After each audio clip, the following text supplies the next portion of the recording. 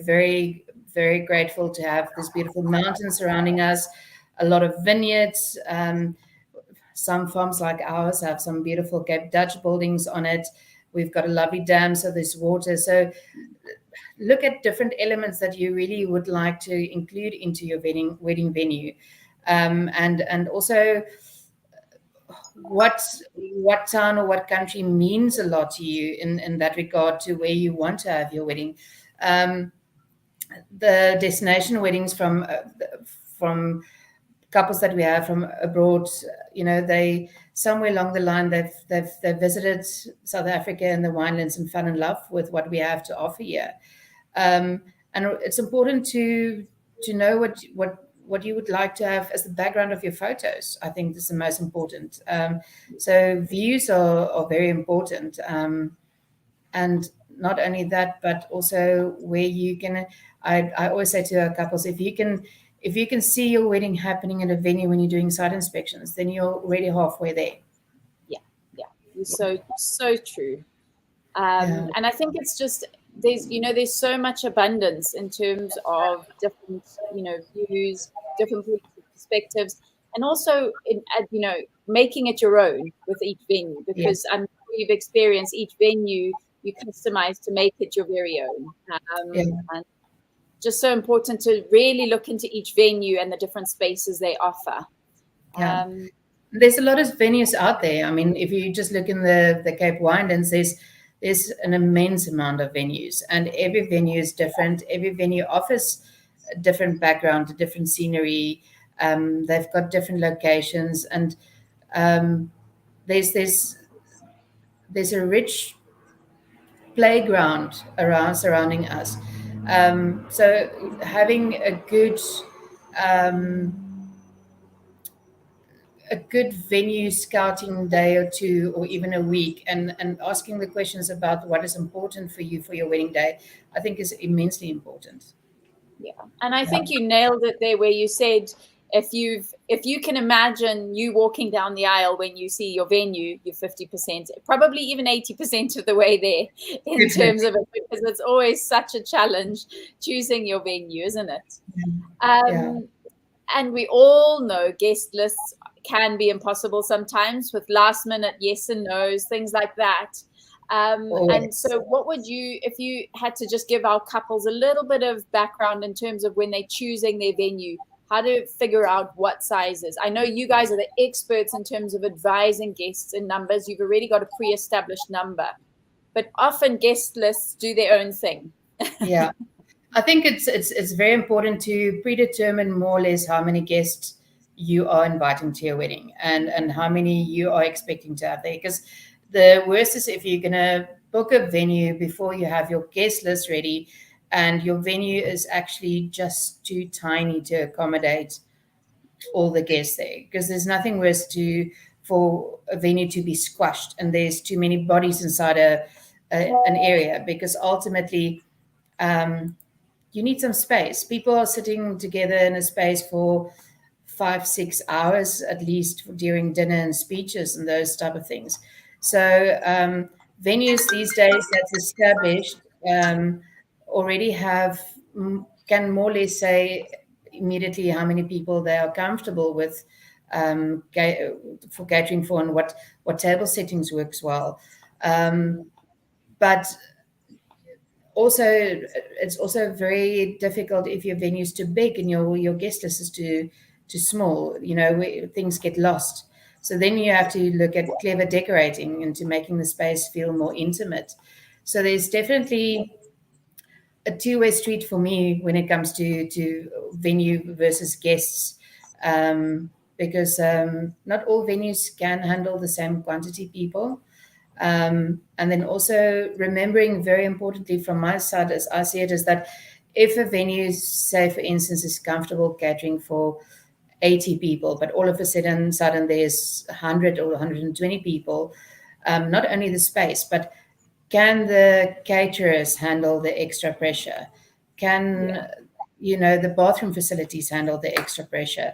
Those are all points that needs to be considered.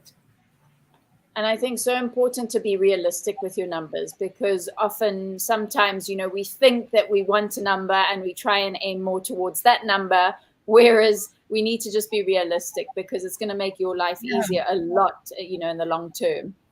I think these days it's also, you invite people to your wedding that really means something for both of you, because they are part of your daily lives. It's important to have those people there. I think the days where you invite your uncle from your father or your mother's side twice over, that you perhaps have met when you were 4 years old, is really not needed to be invited.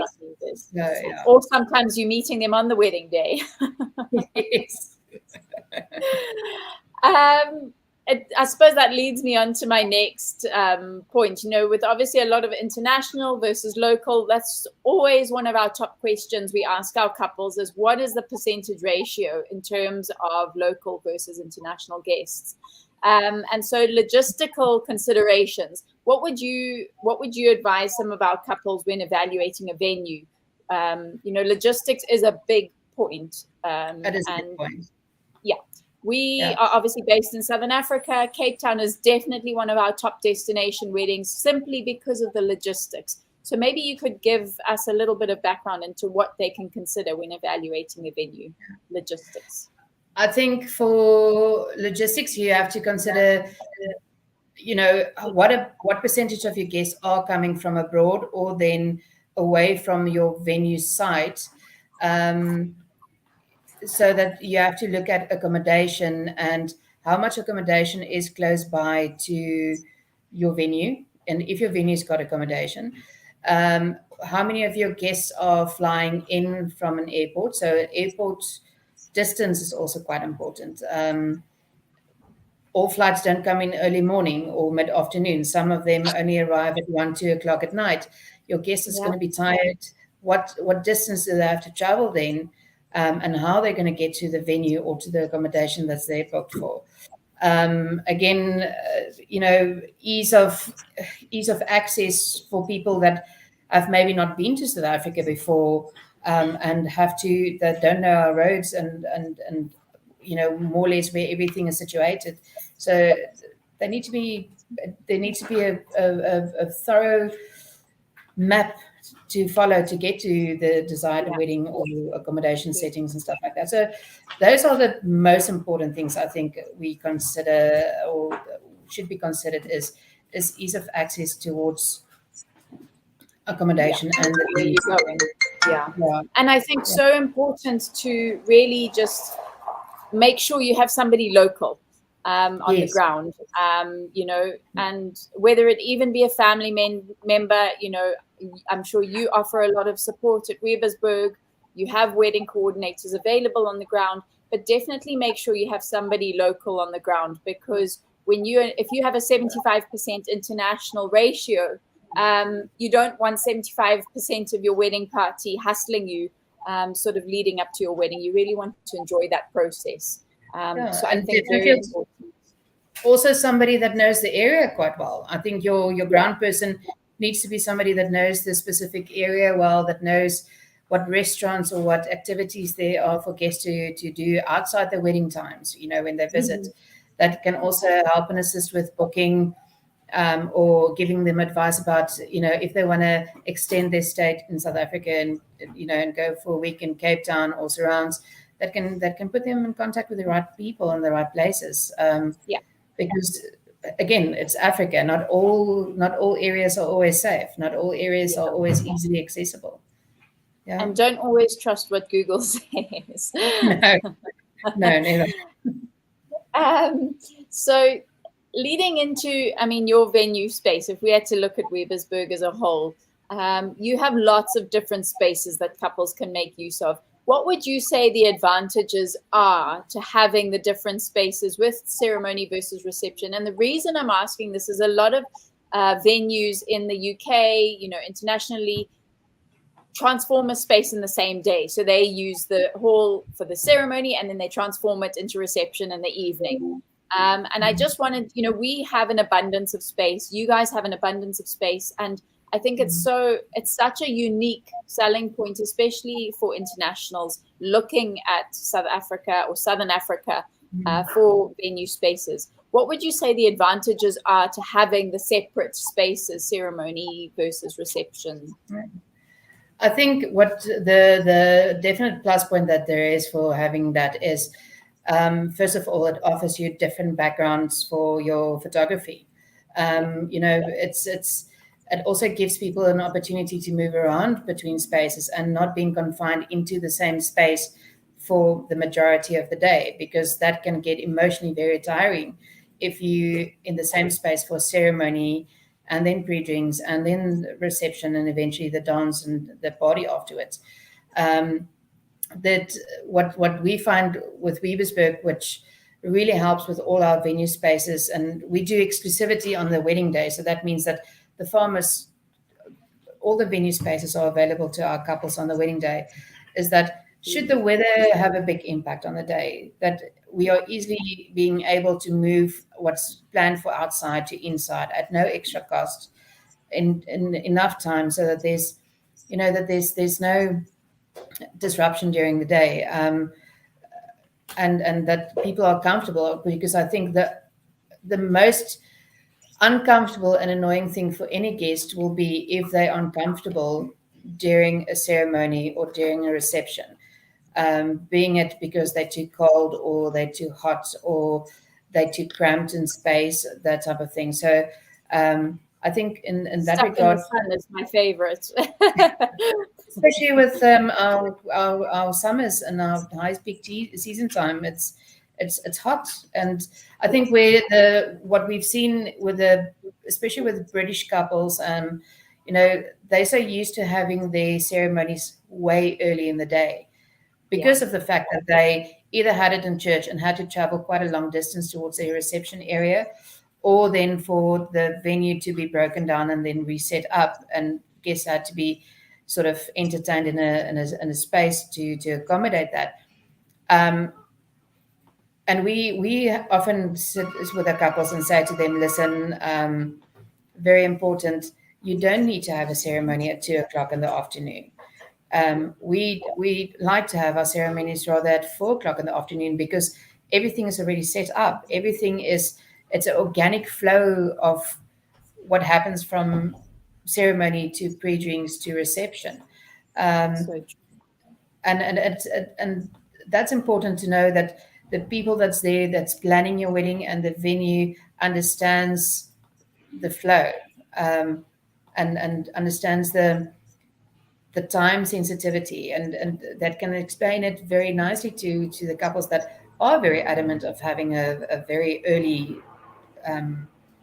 ceremony, because there's so much time that is then influenced by that yeah, during the day, and people so get bored quite easily. yeah. We find that cocktail hour makes or breaks the rest of the wedding often, because you're either sitting or you're struggling to find a seat or something. So really important to make sure you consider your guests' experience, because at the end of the day, that's what they're going to talk about the most.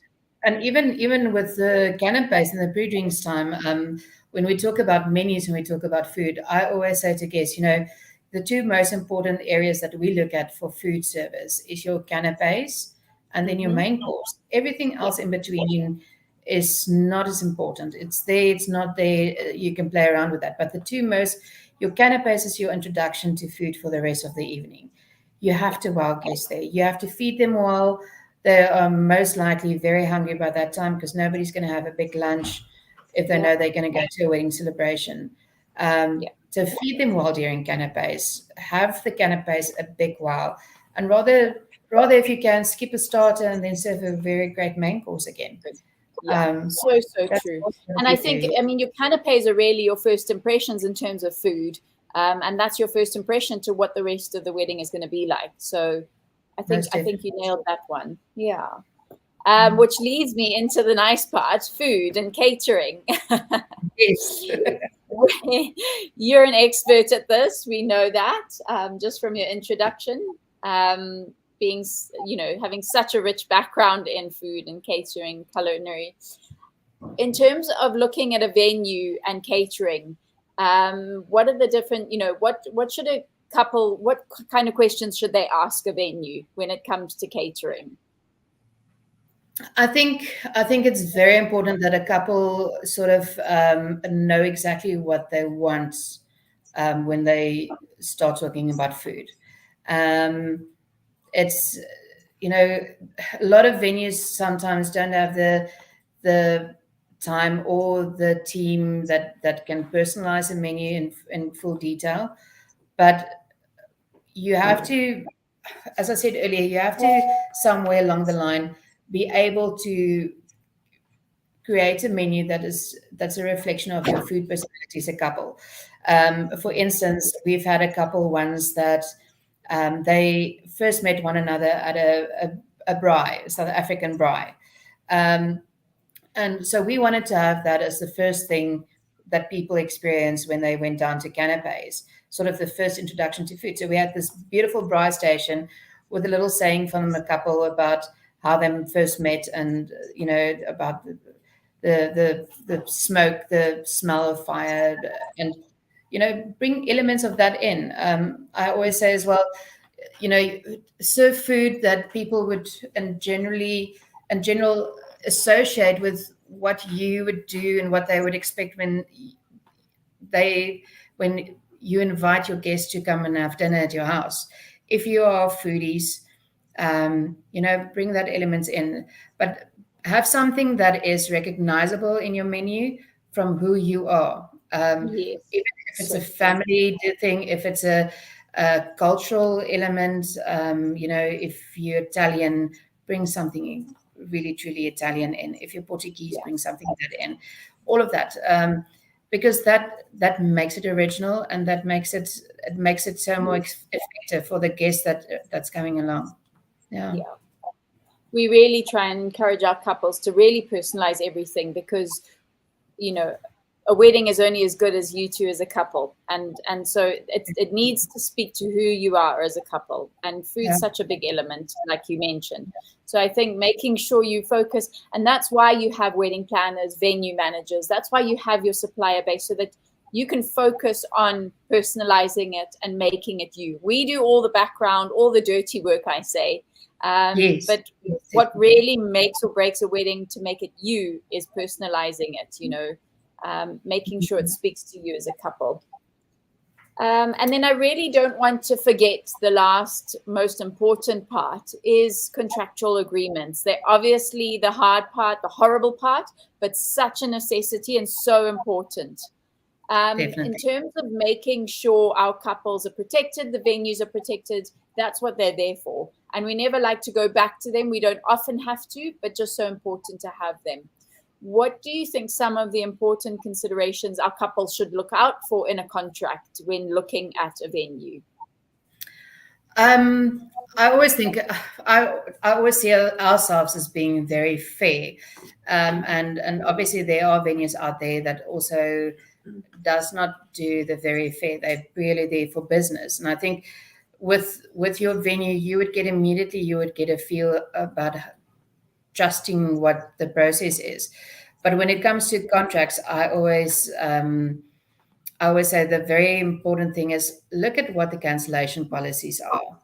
And be able, a venue should be able to relook at what's important for you as well. If you've got points to raise, that they do take time and consideration to answer you properly and give you the honest feedback.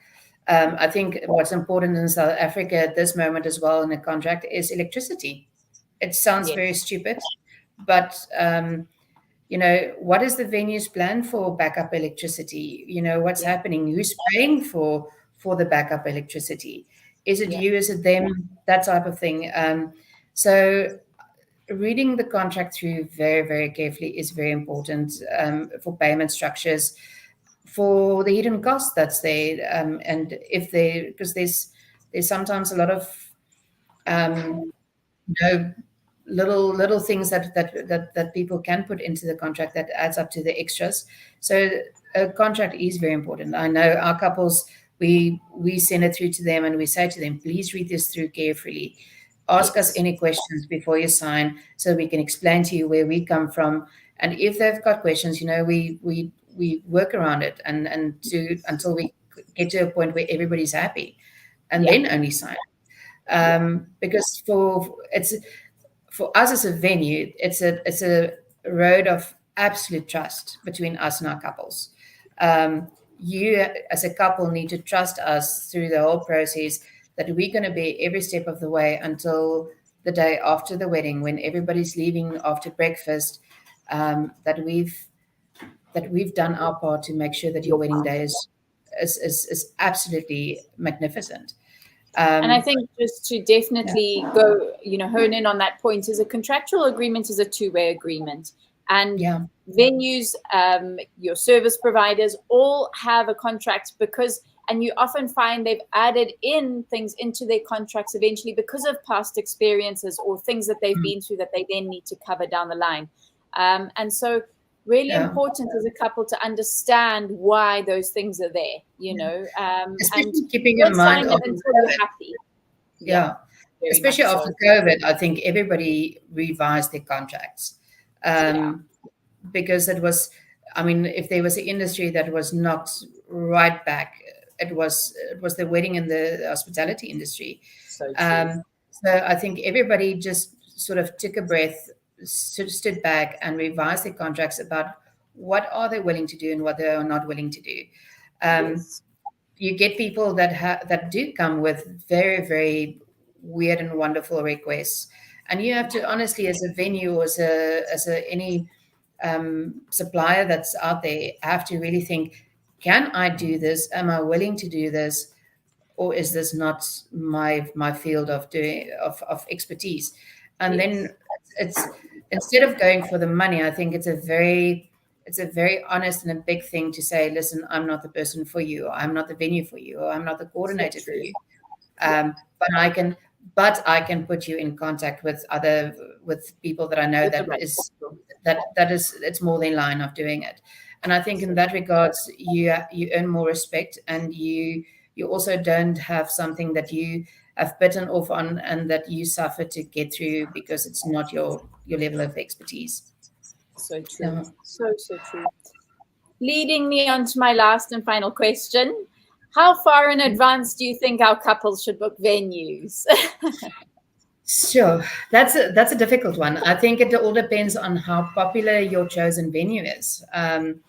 Couples with us, I would say a year in advance. Mhm. At the moment, if we look at where we are now, at the end of March 2024, we are already fully booked until end of April 2025. And I think there's a definite sort of pattern where bookings are concerned in terms of when they are booking. So we know this time of year bookings are coming in for next year, certain amount of months. Now and again, there's people that's still trying to book for this year, but it all depends on how popular the venue is. And if the venue is popular, I would say definitely at least a year in advance. Yeah, Yeah. so true. I say to my couples, as soon as you're happy, get that deposit in. Yeah. So I'll emphasize that once again. It's Nadia, quite amazing because we sometimes have two couples that's going for the same date and at the same yeah, time, and we can't say, listen, we rather choose you. It's literally the first deposit so in is true. gets a date. Yeah. So true. And that's how it works in the industry. So I would definitely, as soon as you're happy with the supplier, get that deposit in and get them secured. Yes, definitely. Nadia, you've been absolutely amazing. And thank you so much again for joining us in studio. We've really loved having you and thank you for your time. And just so Thank you so excited for much. the year ahead. Yeah, lovely chatting to you, Chelsea. Have a lovely We'll day keep in further. touch. You too. Bye for now. Bye. Hello again to all our beautiful couples and wedding enthusiasts joining us today from all over the world. I am thrilled to welcome you to another insightful edition of Plan My Wedding's Fireside Chats, where we bring together the creme de la creme of the wedding industry to share their expertise with you. As the founder of Plan My Wedding, a cutting-edge digital platform revolutionizing wedding planning, I understand the importance of having the right tools and guidance for your special day. Our monthly fireside chats provide an exclusive opportunity for you to connect with leading wedding vendors in Southern Africa, offering invaluable nuggets of wisdom, tips, and tools to enhance your wedding planning journey. Join us by the virtual fireside as we explore the world of weddings, empowering you to create the celebration of your dreams. Let the inspiration unfold, and let's embark on this exciting journey together.